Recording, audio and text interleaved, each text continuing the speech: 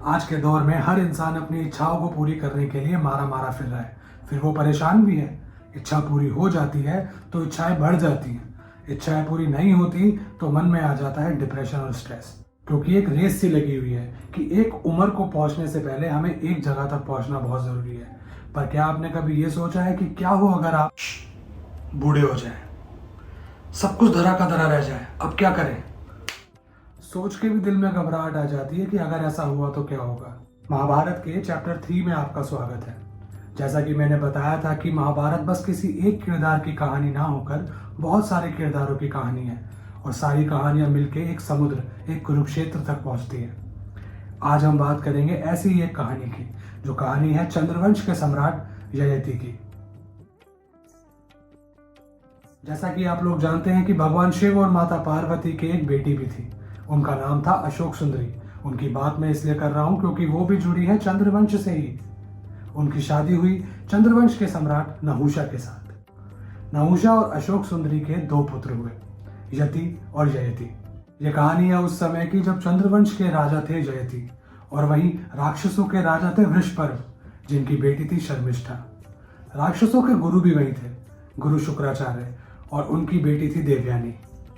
चंद्रवंश के सम्राट ययाति ने 100 से ज्यादा राजसूय यज्ञ, 100 से ज्यादा अश्वमेध यज्ञ, धरती पर विजय, अनेकों लड़ाइयां, और उन्हें शौक था शिकार का भी। उन्होंने अपनी किसी भी इच्छा को अधूरा नहीं होने दिया था। एक बार की बात है, देवयानी और शर्मिष्ठा नदी में स्नान करने गई। एक हवा के चल जाने से वहां से उनके कपड़े उड़ गए। नदी से बाहर निकलने के बाद शर्मिष्ठा ने देवयानी के कपड़े पहन लिए। जब देवयानी ने इस बात पे एक आपत्ति जताई, ऑब्जेक्शन किया, तो शर्मिष्ठा ने देवयानी की करी बेइज्जती, ये कह के कि तुम एक भिखारी की बेटी हो। तुम्हारे पिता गुरु शुक्राचार्य, मेरे पिता राक्षसों के राजा वृषपर्व के टुकड़ों पे पलते हैं। इतनी बेइज्जती सुनने के बाद देवयानी को वो धक्का मार के कुएं में वहीं से चली गई। देवयानी ने उस कुएं से निकलने की बहुत कोशिश की और मन ही मन एक बेइज्जती को भी फील किया। उसी समय वहां से गुजर रहे थे सम्राट ययाति, जो शिकार पे निकले थे। उन्होंने देवयानी की आवाज सुनी और उन्हें वहां से बाहर निकाला। देवयानी ने ययाति को सारी बात बताई और ये भी बताया कि अब मेरा वापस जाने का मन नहीं है, तो वो यहीं रहना चाहती हैं। क्या सम्राट ययाति उनसे शादी कर सकते हैं? सम्राट ययाति ने उस समय तो मना किया। जब शुक्राचार्य को इस सारे इंसिडेंट के बारे में पता चला, उन्होंने की शिकायत राजा वृषपर्व से और कहा कि मैं आपका राज्य छोड़ के जा रहा हूँ। अपने गुरु को जो इस तरह से नाराज होकर जाता देख राजा वृषपर्व ने मांगी शुक्राचार्य से माफी। उन्होंने माफी मांगी शर्मिष्ठा की तरफ से और कहा कि शर्मिष्ठा अब देवयानी की दासी बन के रहेगी। गुरु शुक्राचार्य ने शर्मिष्ठा की इस माफी को एक्सेप्ट किया और कुछ दिनों बाद शादी कराई सम्राट ययाति की देवयानी से। जैसे कि उस समय हुआ करता था कि शादी के बाद दासियां भी साथ में ही विदाई में आ जाती हैं, तो शर्मिष्ठा भी साथ में आ गई। शादी के कुछ सालों बाद सम्राट ययाति और देवयानी के हुए 2 बेटे। एक का नाम था यदु और एक का था तुरुवसु। वहीं शर्मिष्ठा, जो कि दासी थी, उन्होंने भी इच्छा जताई सम्राट ययाति के सामने कि क्या आप मुझे भी एक बच्चा दे सकते हैं। ययाति ने पहले तो मना किया, लेकिन फिर शर्मिष्ठा ने कहा कि मैं भी आपकी प्रजा ही तो हूँ, प्रजा का भला करना तो आपका काम है। और कुछ समय बाद ययाति और शर्मिष्ठा के भी हुए पुत्र 3, जिनमें छोटे बेटे का नाम था पुरु। ये बात जब देवयानी के पिता गुरु शुक्राचार्य को पता लगी, उन्होंने दिया ययाति को श्राप कि मैं आपसे आपकी जवानी ही वापस छीन लेता हूँ, आप अभी से बूढ़े हो जाओगे। इस श्राप के मिल जाने के बाद ययाति एकदम से बूढ़े हो गए। उनके अंदर से सारी शक्तियां चली गई।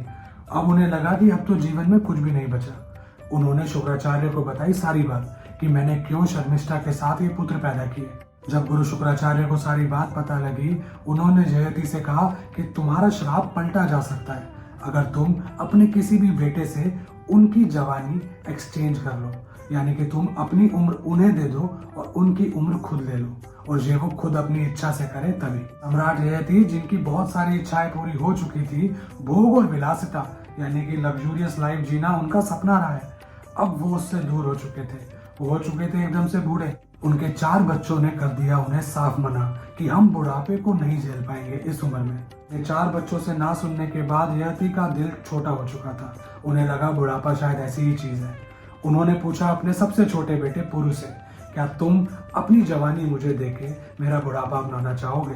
पुरु ने अपने पिता की आज्ञा को मानते हुए बिना एक पल सोचे कहा हाँ। ययाति वापस से जवान होकर बहुत खुश थे। अब उनको पता लग चुका था कि वो अपनी बाकी इच्छाएं भी पूरी कर सकते हैं, लेकिन उनका बेटा, सबसे छोटा बेटा पुरु, वो अब बूढ़ा हो चुका था। उन्होंने पुरु को दिया चंद्रवंशी सम्राट का राज्य और कहा कि आप इस राज्य को चलाओ। ययति ने उस जवान उम्र में कई साल और गुजारे, अपनी सारी इच्छाओं को पूरा करने की कोशिश की, लेकिन एक दिन उन्हें आया ख्याल कि ये इच्छाएं तो कभी पूरी ही नहीं हो सकती। ये इच्छाएं बस इसी तरह से है जैसे कि आग में घी डालना। आप जितना घी डालोगे वो और बढ़ती रहेगी। अगर मैं आज एक चीज को पालूंगा तो कल मैं किसी और चीज को पाने के लिए भागूंगा। इन इच्छाओं का मैं क्या करूं?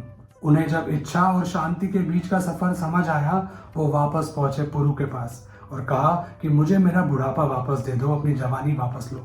मनुष्य के जीवन में इच्छाओं के इस खेल को समझने के बाद उन्होंने पुरु को भी दिया यही ज्ञान। अपना बुढ़ापा वापस लेने के बाद वो चले गए संन्यास में। संन्यास पाने के बाद जब उनकी मृत्यु हुई, वो पहुंचे स्वर्गलोक। सम्राट ययति की ये कहानी आदि पर्व में, यानी कि महाभारत के पहले पर्व में भी मिलती है। सम्राट पुरु को भी जो ज्ञान मिला अपने पिता से, उन्होंने उसको अपनाया और वही ज्ञान दिया अपने आने वाली वंश को भी। उसी वंश में जहां पिछली वीडियो में हमने देखा कि 3 भावी युवराज पैदा हो चुके हैं, अगली वीडियो में देखेंगे इस कहानी में अगला क्या मोड़ आता है। अगर ये वीडियो पसंद आई है तो चैनल को लाइक, शेयर, सब्सक्राइब करना। मैं कोशिश करूंगा कि महाभारत से जुड़ी कुछ और छोटी मोटी कहानियां उनकी सीख के साथ अगली वीडियो में और लेके आऊं। Thank you so much for watching.